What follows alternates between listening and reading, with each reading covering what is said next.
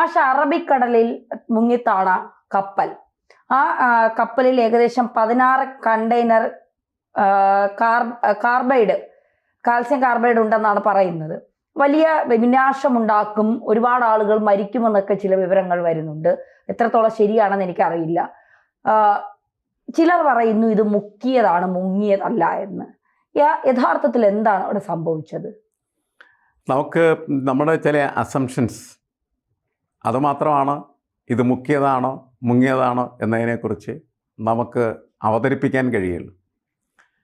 വേറെ അസംഷൻസ് ചില ആൾക്കാർക്ക് മുക്കിയതാണെന്ന് പറയാം, അല്ലെങ്കിൽ മുങ്ങിയതാണെന്നും പറയാം. എനിക്ക് തോന്നുന്നത് മുങ്ങിയതാണ് എന്നതിനെ ഞാൻ കണക്കാക്കുന്നുള്ളൂ, മുക്കിയതാണ് എന്ന് കണക്കാക്കുന്നില്ല. കാരണം മുക്കുന്നതിന് തീർച്ചയായിട്ടും ശത്രുതാപരമായിട്ടുള്ള എന്തെങ്കിലും ഇടപെടലുകൾ ഉണ്ടെങ്കിൽ മാത്രമാണ് അങ്ങനെ അത് മുക്കുന്ന ഒരു സാഹചര്യം ഉണ്ടാവുള്ളൂ. പക്ഷെ അത് ഇതിൻ്റെ അകത്തുണ്ടെന്ന് നമ്മൾ കണക്കാക്കുന്നില്ല, ഒരു ചരക്ക് കപ്പലാണ്. മാത്രമല്ല, പ്രത്യേകിച്ച് നമ്മളുടെ ഈ ഇന്ത്യയും പാകിസ്ഥാനും തമ്മിലുള്ള യുദ്ധത്തിൻ്റെ പശ്ചാത്തലത്തിൽ വരുന്ന കക്ഷിയുമല്ല ഈ കപ്പലുമായി ബന്ധപ്പെട്ട ആളുകൾ. അപ്പം അതുകൊണ്ട് അങ്ങനെ ഒരു പ്രശ്നം നമ്മൾ കണക്കാക്കുന്നില്ല. ഇതിൻ്റെ അപകടം എന്താണെന്ന് വെച്ചാൽ ഈ കാൽസ്യം കാർബൈഡ് അതെന്തോരം ഉണ്ടെന്നാണ് പറയുന്നത്? 16 ടൺ.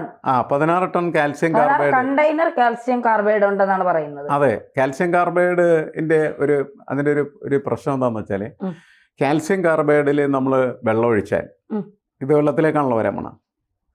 കാൽസ്യം കാർബൈഡ് വെള്ളവുമായിട്ട് റിയാക്ട് ചെയ്തിട്ട് അതിൽ നിന്ന് അസിറ്റിലിൻ എന്ന് പറയുന്നൊരു വാതകം ഉണ്ടാകും.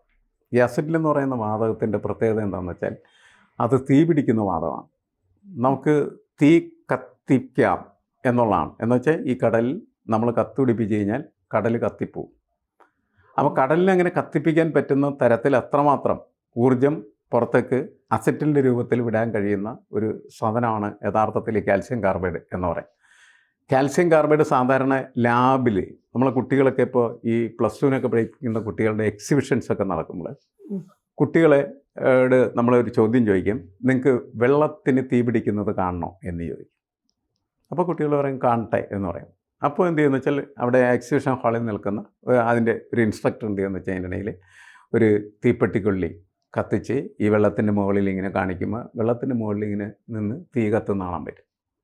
ഇതെന്താണ് എന്നുള്ളത് കുട്ടികൾക്ക് അന്നേരത്ത് മനസ്സിലാവില്ല. പക്ഷേ കുട്ടികൾക്ക് എക്സിബിഷൻ നടക്കുന്ന ഹാളിൽ വെച്ച് വേണ്ട വിശദീകരണങ്ങൾ കൊടുക്കും. അവരോട് പറയും കുറച്ചകലെ ഒരു പാത്രത്തിൽ കാൽസ്യം കാർബൈഡ് ഇട്ടിട്ടുണ്ട്, അതിൻ്റെ അകത്തേക്ക് 3-4 തുള്ളി വെള്ളം ഒഴിക്കുമ്പോഴേക്കും കാൽസ്യം കാർബൈഡും വെള്ളവും തമ്മിൽ റിയാക്ട് ചെയ്തിട്ട് അവിടെ നിന്ന് വാതകം വരും. അത് ഒരു ഡെലിവറി ട്യൂബ് വഴി വെള്ളത്തിൻ്റെ തൊട്ട് താഴെ വരും. ആ ട്യൂബ് നമ്മൾ കാണുന്നില്ല. അവിടെ നിന്ന് ഗ്യാസ് മുകളിലേക്ക് ഇങ്ങനെ വരികയാണ് ചെയ്യുന്നത്. മുകളിലേക്ക് വരുന്ന ആ ഗ്യാസ് നമ്മൾ കത്തിച്ച് കഴിഞ്ഞാൽ അത് കത്തും. വെള്ളം ഇങ്ങനെ കത്തിക്കൊണ്ടിരിക്കുന്നതായിരുന്നു നമുക്ക് തോന്നും. അതൊരു ചെറിയ കാൽസ്യം കാർബൈഡ് കട്ടയുടെ പ്രശ്നമാണ്. നമ്മുടെ ഇവിടെ എന്ന് പറഞ്ഞാൽ 15 ടണ്ണോളം കാൽസ്യം കാർബൈഡ് ഉണ്ടെന്ന് പറഞ്ഞു കഴിഞ്ഞിട്ടുണ്ടെങ്കിൽ ആ പ്രദേശം മുഴുവനും അസിറ്റിലിൻ വാതകം കൊണ്ട് നിറയും. വെള്ളത്തിലേക്ക് ഇത് വീണ് കഴിഞ്ഞിട്ടുണ്ടെങ്കിൽ ആ സമയത്ത് അവിടെ ഒരു പൊരി വീണാൽ, എന്ന് വെച്ചാൽ ഒരു തീപ്പൊരി വീണാൽ ആ പ്രദേശം മുഴുവനും കത്തുപിടിച്ച് കടലിങ്ങനെ കത്തിക്കൊണ്ട് നിൽക്കുന്ന കാഴ്ച നമുക്ക് കാണാനായിട്ട് കഴിയും. ഇതാണ് അതിൻ്റെ ഏറ്റവും വലിയ അപകടകരമായിട്ടുള്ള ഒരു വേർഷനാണ് യഥാർത്ഥത്തിൽ ഞാൻ പറഞ്ഞത്. ഇതിലിപ്പോൾ 13 കണ്ടെയ്നറിൽ ഹാനികരമായ വസ്തുക്കളും കപ്പൽ ടാങ്കിൽ 450 ടണ്ണോളം ഇന്ധനവും ഉണ്ടെന്നാണ് പറയുന്നത്. സംസ്ഥാനം നേരിടാൻ പോകുന്നത് വമ്പൻ ഭീഷണിയാണ്. കപ്പലിലെ ഭാരമുള്ള കണ്ടെയ്നറുകൾ കടലിൽ പതിച്ചെന്നാണ് സൂചന. കടലിലെ സമ്മർദ്ദം കാരണം കാൽസ്യം കാർബൈഡ് വെള്ളവുമായി സമ്പർക്കത്തിലായാൽ അത് പ്രതിസന്ധി രൂക്ഷമാക്കും.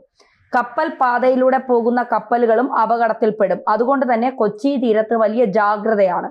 കടലിനുള്ളിൽ അപകടകരമായ കണ്ടെയ്നറുകൾ വീണിട്ടുണ്ടെങ്കിൽ അത് എപ്പോൾ ജലവുമായി സമ്പർക്കത്തിലാകുമെന്ന് പ്രവചിക്കാൻ കഴിയില്ല. അതായത് കടലിൽ വീണിട്ടുണ്ടെങ്കിൽ ദീർഘകാലം ഭീതി തുടരുമെന്നാണ് പറയുന്നത്. ജലവുമായി കടലിൽ വെച്ച് സ്ഫോടനം സംഭവിച്ചാൽ തീ അണയും. കണ്ടെയ്നറുകൾ കരയ്ക്കടിയുന്ന ഘട്ടത്തിലാണ് വെള്ളവുമായി കലർന്ന് രാസപ്രവർത്തനം നടക്കുന്നത് എങ്കിൽ സ്ഥിതി നിയന്ത്രണാതീതമാകും. നിശ്ചിത അകലം പാലിച്ച് കണ്ടെയ്നറുകളെ വിഴിഞ്ഞം, കൊച്ചി പോർട്ടുകളിലേക്ക് വലിച്ചു കയറ്റുകയാണ് പോംവഴി. അതീവ സുരക്ഷയിൽ പ്രത്യേക സജ്ജീകരണങ്ങളോടെയാണ് രാസപ്രവർത്തനം നടത്തി അസറ്റിലിൻ വാതകം ഉണ്ടാകുന്നത്. ഇത് സിലിണ്ടറുകളിൽ നിറച്ച് വ്യവസായ ആവശ്യങ്ങൾക്ക് ഉപയോഗിക്കും. കട്ടകളായും പൊടിയായും കാൽസ്യം കാർബണേറ്റ് സൂക്ഷിക്കാം. കണ്ടെയ്നർ എങ്ങനെയെന്ന് വ്യക്തമല്ല.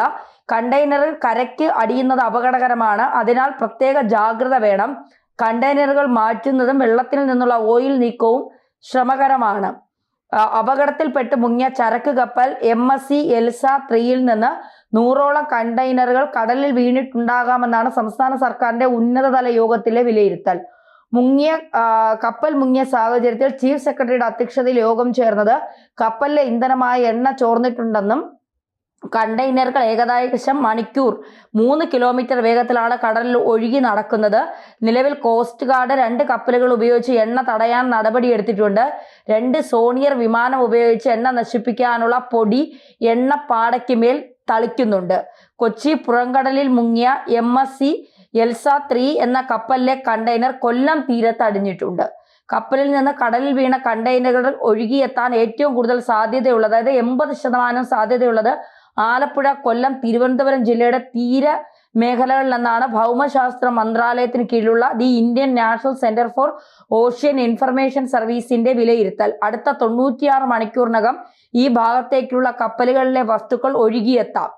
600-ലേറെ കണ്ടെയ്നറുകളുമായി വിഴിഞ്ഞത്ത് നിന്ന് കൊച്ചിയിലേക്കുള്ള യാത്രക്കിടെ ശനിയാഴ്ച കൊച്ചി പുറംകടലിൽ ചെരിഞ്ഞ MSC എൽസ 3 എന്ന കപ്പൽ ഞായറാഴ്ച പൂർണ്ണമായി മുങ്ങിയിരുന്നു. ശനിയാഴ്ച ഉച്ചയോടെ 26 ഡിഗ്രി ചെരിഞ്ഞ് വെള്ളം കയറിയ കപ്പൽ ഞായറാഴ്ച രാവിലെ 7:50 മുഴുവനായി മുങ്ങിയത്.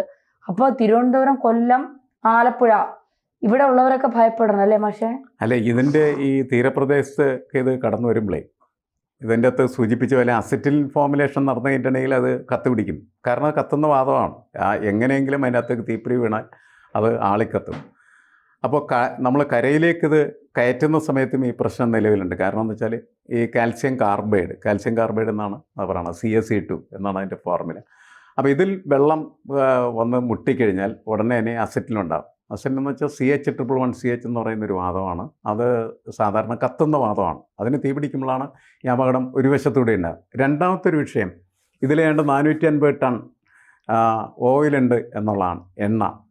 ആ എണ്ണ കടലിൽ പരന്നു കഴിഞ്ഞാൽ കടലിൻ്റെ സർഫേസിൽ അതിൻ്റെ ഉപരിതലത്തിൽ വലിയ എണ്ണപ്പാടയുണ്ടാകും. ആ എണ്ണപ്പാട നിർവീര്യമാക്കാൻ, ന്യൂട്രലൈസ് ചെയ്യാൻ വേണ്ടിയിട്ട് ആണ് ഈ പൊടി വിതറുക എന്ന് പറയുന്നത്. പൊടി വിതറുക എന്ന് പറഞ്ഞിട്ടുണ്ടെങ്കിൽ ഇത് ഒരു ഓർഗാനിക് സബ്സ്റ്റൻസാണ് നമ്മളുടെ എണ്ണ എന്ന് പറയുന്നത്. അപ്പോൾ അതിലേക്ക് നമ്മൾ എന്ത് ചെയ്യുമെന്ന് വെച്ച് കഴിഞ്ഞിട്ടുണ്ടെങ്കിൽ നമ്മളെ വീട്ടിൽ നമുക്ക് സാധാരണ ഒരു മനസ്സിലാക്കാൻ പറ്റുന്ന ഒരു കാര്യം, നമ്മൾ വെളിച്ചെണ്ണയോ മറ്റൊക്കെ കഴുകിക്കളയാൻ വേണ്ടി നമ്മൾ ഉപയോഗിക്കുന്ന ഡിറ്റർജൻസാണ്, സോപ്പ്, അങ്ങനെയൊക്കെയുള്ള സാധനങ്ങൾ. അപ്പോൾ ഇതെന്ത് ചെയ്യുന്നത് വെച്ചാൽ ഈ സോപ്പ് അല്ലെങ്കിൽ ഡിറ്റർജൻറ്റ് പൊടിയാണ് ഇതിൻ്റെ മുകളിൽ. അത് അതിൻ്റെ പല രൂപങ്ങളുണ്ടാകും. നമുക്ക് മനസ്സിലാക്കാൻ വേണ്ടി നമ്മളത് ഇങ്ങനെ പറയുന്നത് മാത്രമേ ഉള്ളൂ. അത് ഇട്ട് കഴിയുമ്പോൾ എന്താണെന്ന് വെച്ചാൽ ഇതിൻ്റെ അകത്ത് ഡിസോൾവ് ചെയ്ത് പോകും. അങ്ങനെ ഡിസോൾവ് ചെയ്ത് പോകുമ്പോൾ പിന്നെ ആ എണ്ണയുടെ ശല്യം ഉണ്ടാവില്ല. പക്ഷേ അതല്ലാതെ എണ്ണ ഒരു പാട പോലെ കിടന്നു കഴിഞ്ഞിട്ടുണ്ടെങ്കിൽ മത്സ്യസമ്പത്ത് സമ്പൂർണ്ണമായിട്ട് നശിച്ചു. കാരണം കടലിലേക്ക് വരേണ്ട ഓക്സിജൻ, ആ ഓക്സിജനെ മുഴുവനും ഈ പാട എന്ത് ചെയ്യുമെന്ന് വെച്ചാൽ തടഞ്ഞു നിർത്തുകയും അങ്ങനെ കടൽ വെള്ളത്തിൽ ഉള്ള ഓക്സിജൻ്റെ അളവ് പതുക്കെ പതുക്കെ കുറയാനായിട്ട് തുടങ്ങി. അങ്ങനെ കുറഞ്ഞു കഴിയുമ്പോഴാണ് മത്സ്യസമ്പത്തിനെ അത് ബാധിക്കുന്നത്. ഈ മത്സ്യങ്ങൾക്ക് ആവശ്യത്തിന് ഓക്സിജൻ കിട്ടാതെ വരുന്ന സമയത്ത് അത് ഈ വെള്ളത്തിന് മുകളിലേക്ക് ഇങ്ങനെ വാവൊളിച്ചുകൊണ്ടൊക്കെ വന്ന് അതൊക്കെ ചത്ത് കരക്ക് കയറും. അതുപോലെ തന്നെ ഈ മാലിന്യവും കടലിൽ നിന്ന് കരക്കേക്ക് അടിച്ചു കയറും. അതൊക്കെ മണ്ണിൽ അകത്തേക്ക് ആഗിരണം ചെയ്യപ്പെട്ട് കഴിഞ്ഞാൽ പിന്നീട് നിരവധി വർഷങ്ങളോളം അതിൻ്റെ ദൂഷ്യം ആ പ്രദേശത്തുള്ള ആളുകൾക്ക് ഉണ്ടാകാനുള്ള സാധ്യതയുണ്ട്. അതുകൊണ്ടാണ് ഈ ആലപ്പുഴ, കൊല്ലം, തിരുവനന്തപുരം പ്രദേശങ്ങളിലുള്ള തീരദേശ നിവാസികളെ സംബന്ധിച്ചിടത്തോളം ഇതവരുടെ ജീവിതത്തെ ബാധിക്കുന്ന ഒരു പ്രശ്നമായിട്ട് മാറിത്തീരാം. അതിനോടൊപ്പം തന്നെയാണ് മറ്റൊരു ഭീഷണി, ഈ കൊണ്ടുവന്ന കണ്ടെയ്നറിൽ എന്തിലെങ്കിലും റേഡിയോ ആക്റ്റീവത ഉള്ള പദാർത്ഥങ്ങളുണ്ടായിരുന്നു, റേഡിയേഷൻസ് ഉള്ള സാധനങ്ങളുണ്ടോ. കാരണം ചിലപ്പോൾ പല രാജ്യങ്ങളും അവരുടെ രാജ്യത്ത് നിന്ന് ഈ റേഡിയേഷൻ അടങ്ങിയ കീടങ്ങളുണ്ട്. അതൊക്കെ കടത്തി എന്നുവെച്ചാൽ ശരിക്കും പറഞ്ഞു കഴിഞ്ഞിട്ടുണ്ടെങ്കിൽ ഒരുതരം കള്ളക്കടത്ത് പോലെ മറ്റു രാജ്യങ്ങളിലേക്ക് കടത്തി അവരുടെ രാജ്യത്തെ സംരക്ഷിക്കാൻ ശ്രമിക്കുകയാണ് ചെയ്യും. അതിനൊക്കെ അവശിഷ്ടങ്ങൾ ഇതിനകത്തുണ്ടെങ്കിൽ ഇതിനേക്കാൾ അപകടകരമാണ് കാര്യങ്ങൾ. കാരണം അതൊക്കെ ഉണ്ടാക്കുന്ന ദുരന്തം എന്ന് പറയുന്നത് എത്ര വർഷത്തേക്ക് നീണ്ടു നിൽക്കുമെന്ന് പറയാനായിട്ട് പറ്റില്ല. അപ്പോൾ കൃത്യമായിട്ട് ഇതിനകത്ത് എന്താണ് എണ്ണയും അതേപോലെ തന്നെ കാൽസ്യം കാർബൈഡും എന്ന് പറയുന്നത് എന്താണ് എന്ന് കൃത്യമായിട്ട് അറിയാം. അതെങ്ങനെയാണ് നിർവീര്യമാക്കേണ്ടതെന്നും നമുക്ക് നമ്മുടെ ശാസ്ത്രജ്ഞന്മാർക്കറിയാം. അത് കഴിയുന്നൊരു കാര്യമാണ്. അതിനാവശ്യമായിട്ടുള്ള പ്രിക്കോഷൻസും നല്ല നിലയിലുള്ള ഇടപെടലുണ്ടായിക്കഴിഞ്ഞാൽ ഈ പ്രശ്നം പരിഹരിക്കാവുന്നതാണ്.